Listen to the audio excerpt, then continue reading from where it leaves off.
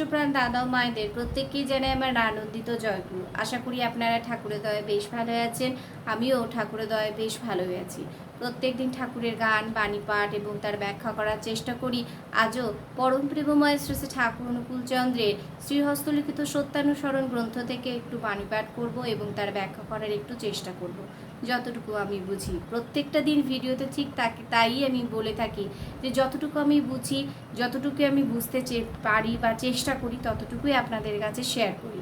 আর এটা ভেবে খুব ভালো লাগে এই ভিডিওগুলো আপনারা সবার কাছে শেয়ার করেন, এই ভিডিওগুলো আপনারা শোনেন, আর এই ভিডিওগুলো আপনাদের ভালো লাগে সেই জন্য আমাকে কমেন্টস করেও জানান। এটা আমার সত্যিই খুব ভালো লাগে, কারণ আমি ভিডিও করছি, আপনারা সেই ভিডিওগুলো শুনছেন, দেখছেন এবং সবার কাছে পৌঁছে দিচ্ছেন। এটাই হচ্ছে ঠাকুরের কাজ। ঠাকুরের কাজ আমি ঘরে বসে করছি, আপনারাও সেই ঘরে বসেই ঠাকুরের কথাগুলো শুনছেন এবং কথাগুলো শুনে প্রত্যেকটা মানুষের কাছে ঠাকুরের কথা পৌঁছে দিচ্ছেন। তো এতে আমিও যেমন কাজ করছি ঠাকুরের, আপনারাও ঠিক তেমনই করছেন। তাই আমরা যাতে সবাই মিলে সুন্দরভাবে ঠাকুরের কাজ করতে পারি সেদিকে সবাই খেয়াল রাখবো এবং নজর রাখবো। তাই আজও বলছি, ভিডিওটা স্কিপ না করে অবশ্যই একটু শুনবেন এবং শুনে শেষে কমেন্টস করে বলবেন যে আমি ঠিকঠাক বলছি কিনা।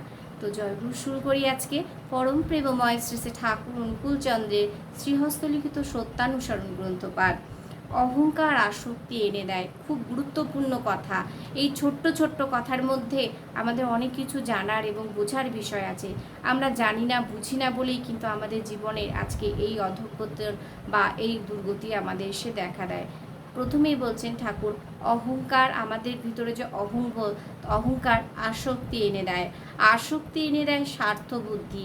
আসক্তি কি আনে? স্বার্থ বুদ্ধি। সবসময় নিজের জিনিস করব, নিজের করব, সেই জিনিসটা সবসময় চলে আসে।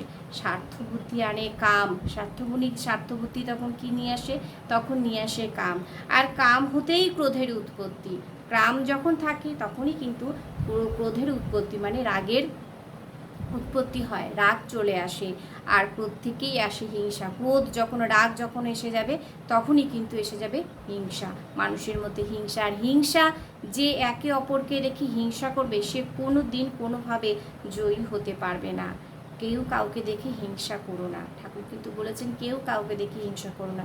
যে যার মতো বেড়ে উঠছে, যে যার মতো করছে করুন, হিংসা করা কিন্তু ভালো নয়।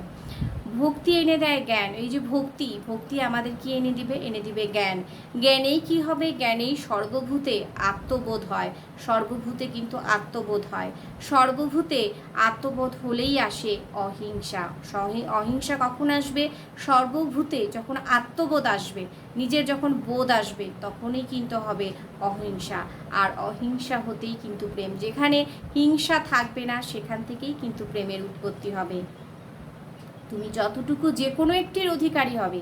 এই যে ঠাকুর কথাগুলো বললেন, তো এইগুলোর মধ্যে যতটুকুর যে কোনো একটার যদি আমি অধিকারী হতে পারি, ততটুকু সমস্তগুলিরই অধিকারী হবে। ততটুকুর মধ্যে সমস্তগুলিরই কিন্তু অধিকারী হতে পারবো। তাই ঠাকুর যা বলছেন, যেভাবে বলছেন, যেমনভাবে বলছেন, ঠিক সেইভাবে বুঝে আমরা যদি নিজের জীবনে ফুটিয়ে তোলার চেষ্টা করি, তাহলে কিন্তু আমরা ভালো থাকবো, সুস্থ থাকবো, ঠাকুরকে মাথায় নিয়ে চলতে পারবো, আনন্দে থাকতে পারবো। আমি আনন্দে আছি, আপনারাও আনন্দে থাকবেন, ঠাকুরকে মাথায় নিয়ে চলবেন। সবসময় এই ভাবনা নিয়ে সবার কাছে ঠাকুরের কথা বলবেন। ঠাকুরের কথা সবসময় বলতে বলতে যাতে সবার কাছে পৌঁছে যায়। সবাই যেন ঠাকুরের প্রতি, ঠাকুর ছাড়া জীবনে যেন আর কিছুই না ভাবে। এটা যেন আমার জীবনের উদ্দেশ্য হয়, আপনাদের এবং যারা যারা এখনও ঠাকুরকে ধরে উঠতে পারেননি তাদের জীবনের উদ্দেশ্য একদিন হয়ে উঠে দাঁড়ায়। ঠাকুরের কাছে এটাই মঙ্গল প্রার্থনা করি। তাদের সবার পরিবার, পারিপার্শ্বিক সবারই মঙ্গল প্রার্থনা করব। জয়গুরু। ভিডিওটা এখানেই শেষ করলাম। আবারও দেখা হচ্ছে পরবর্তী আরেকটি ভিডিওতে। ততক্ষণ আপনারা ভালো থাকবেন, সুস্থ থাকবেন, ঠাকুরকে মাথায় নিয়ে চলবেন। জয়গুরু।